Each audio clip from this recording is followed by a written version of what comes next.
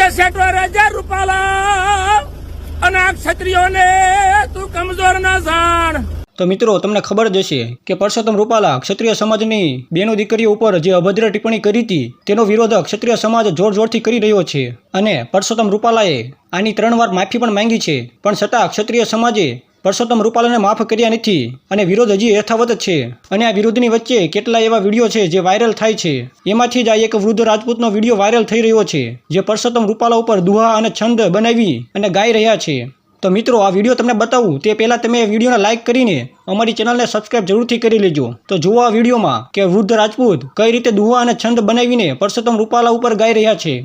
કે સેટો રાજા રૂપાલા અને ક્ષત્રિયોને તું કમજોર ના જાણ। કા તો તારો દી ફર્યો અરે રે કા તો ક્ષત્રિયો થી તું અજાણ।